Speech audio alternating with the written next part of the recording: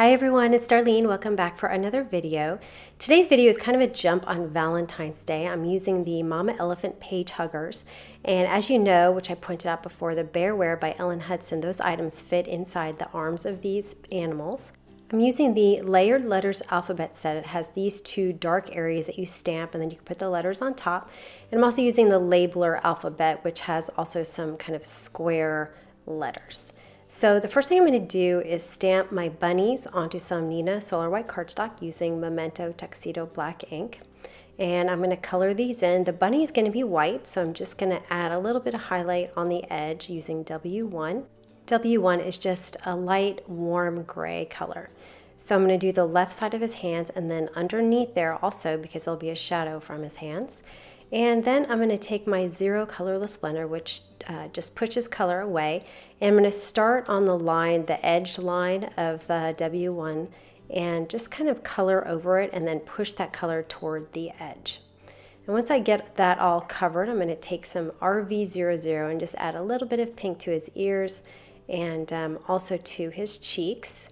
And you can see the nose is not colored in. I like it to be colored in, so I just took one of my black markers and I just colored it in. And then I also forgot to stamp the mouth. There's a little mouth that comes with it and adds a little smile, and it's just so cute. Next, I'm going to color the other bunny. I'm going to use three colors. E55 is kind of a dark tan, and I'm going to color the shadow areas with that one. And then I'll move in with the E53. It's such a small area, so I'm just coloring a little bit. And then I'm going to take the E51 and just lightly color it to finish it off.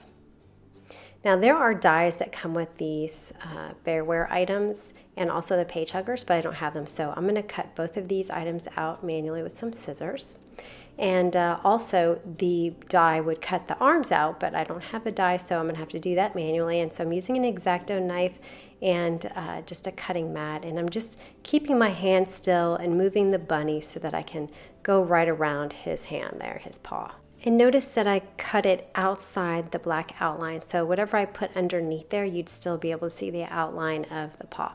So I put a little of the Zig 2-way glue pen behind the little bunny's head, and I'm going to slide this bunny's right arm underneath the page hugger so that it peeks out the other side. And then it really looks like he's holding on to this little bunny. By the way, I want to apologize for that ugly looking band-aid I'm wearing, but I hurt my nail and I thought the band-aid would look better than what was underneath it, so that's why I'm wearing one. Next, I'm going to stamp my rectangles. I have a piece of pink pirouette paper, and I'm using my Misty because I have the grid sheet and I can line it up there in the middle. This is going to be the V, so it's going to be just to the right of center. And another reason I'm using the Misty is because my Melon Mambo ink is very dry, and so I knew I would have to stamp it multiple times. So I'm going to stamp it once, and then I'm going to stamp it twice, and then I'm going to stamp it 3 times, which means I need to do all of these squares 3 times. So anyway, a refill is on my list of things to get. So the next one is going to be just to the left of that, but I'm going to have to clean it off because I'm going to have to lay it down there and I don't want to get any excess ink on my pink paper. So I'm going to lay it down there next to it. This is going to be for the O, and I'm going to do this for all 4 blocks, and I rotated them up and down so that they wouldn't seem like the same block. Now what I'm going to do next here is heat it up because I'm going to heat emboss on top of it, and I want to make sure it's completely dry. So I'm going to test it out. And sure enough, it's not completely dry. Do you see how it's all gathered up in between the top and the second block? That was just really weird. I don't know why I was doing that. Maybe some kind of static cling. But I took it all off with a stipple brush and I heated it again because you don't want any excess. You just want the powder to stick to the letter. So that's why it's important to make sure that your ink is completely dry, which is kind of strange for Stampin' Up! Ink. It usually dries pretty quickly. Anyway, so I got that all dry, and then I positioned my letters. Notice I'm using the end of a paintbrush because a lot of times when you're trying to perfectly put these stamps down on your cardstock, they're sticking to your finger and they keep moving. So they didn't stick to the paintbrush. I'm going to do all 4 of them at the same time, and I'm inking it up with Versamark ink so that I could sprinkle it with some white embossing powder and then heat it to set it. And these white letters really pop against that Melon Mambo background.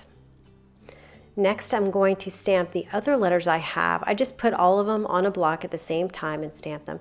You could actually stamp them on the pink pirouette if you want, but then the centers would not, like the actual letters, would not be white, and I wanted those to be white.